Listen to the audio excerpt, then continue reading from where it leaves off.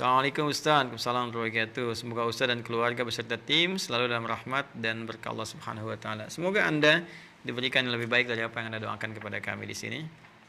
Izin bertanya Ustaz, silakan. Saya masuk organisasi OSIS, namun di sana ada campur baur antara ikhwan dengan akhwat di ruangan dalam rapat. Apakah itu ikhtilat atau tidak Ustaz? Apakah sebaiknya saya keluar saja atau gimana? Mohon jawabannya. Ini Anda mesti lihat yang dimaksud ikhtilat itu adalah ya hubungan atau keadaan yang menjadikan percampuran itu terhubung antara laki-laki dengan perempuan dalam keadaan bisa dua hal.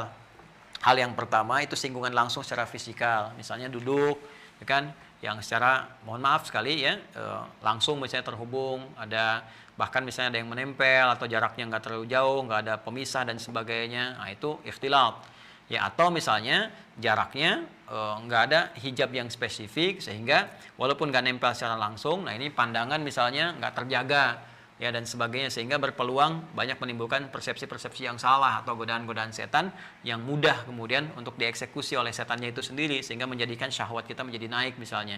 Nah, itu yang dimaksudkan. Ya, makanya di dalam bahasa Arab termasuk di Al-Qur'an itu ada massun, ada lamasun, ya ada lamasa, ada massa, itu beda. Ya, kalau lamasa itu sentuhan langsung fisikal. Ya, kalau berusaha untuk menyentuh itu lamasa. Makanya di wudu itu au lamastumun nisa atau sengaja menyentuh perempuan, bukan nggak sengaja.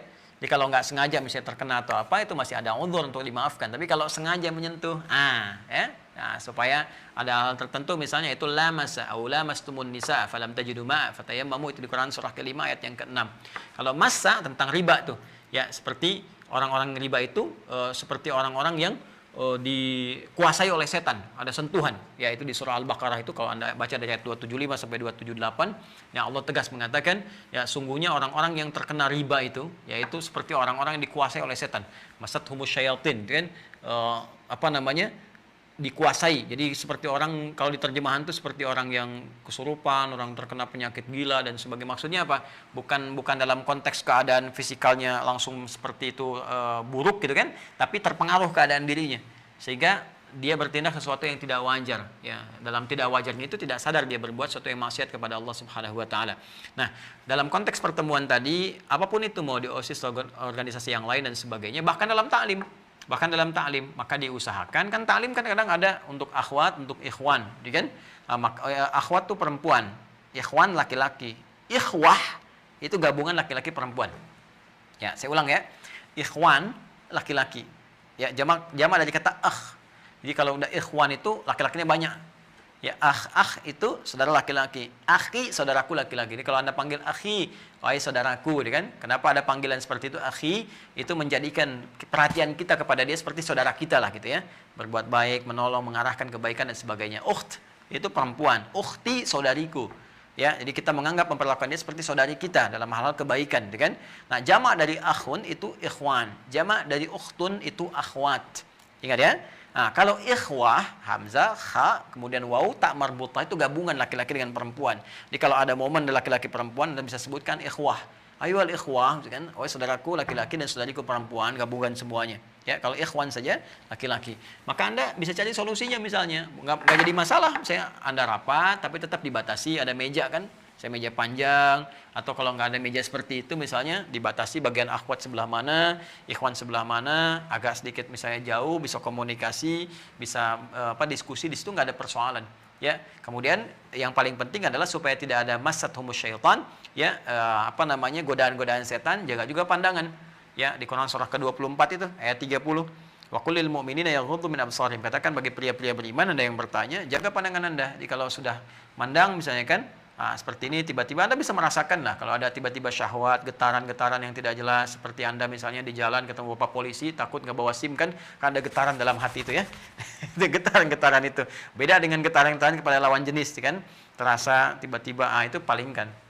Ya, palingkan. Jadi Anda bisa menjaga keadaan itu. Kalau sudah Anda bisa jaga, kecuali kalau tempatnya sudah nggak kondusif dan sebagainya, Anda usulkan. Jangan pergi tanpa, mohon maaf ya, memberikan usulan. Itu artinya meninggalkan keadaan begitu saja. Anda usulkan, boleh nggak? Karena ini kan kita kegiatan ya kegiatan yang baik, jangan sampai mohon maaf misalnya kan ada gangguan-gangguan atau apa, saya ingin usulkan supaya lebih kondusif.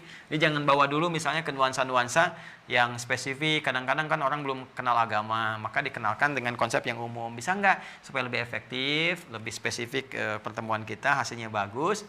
Bisa nggak kita sedikit kelompokkan misalnya yang perempuan kerjakan dulu tugas ini, atau kita buat ada sedikit jaraknya sehingga bisa terukur, saya bisa nulis dan sebagainya.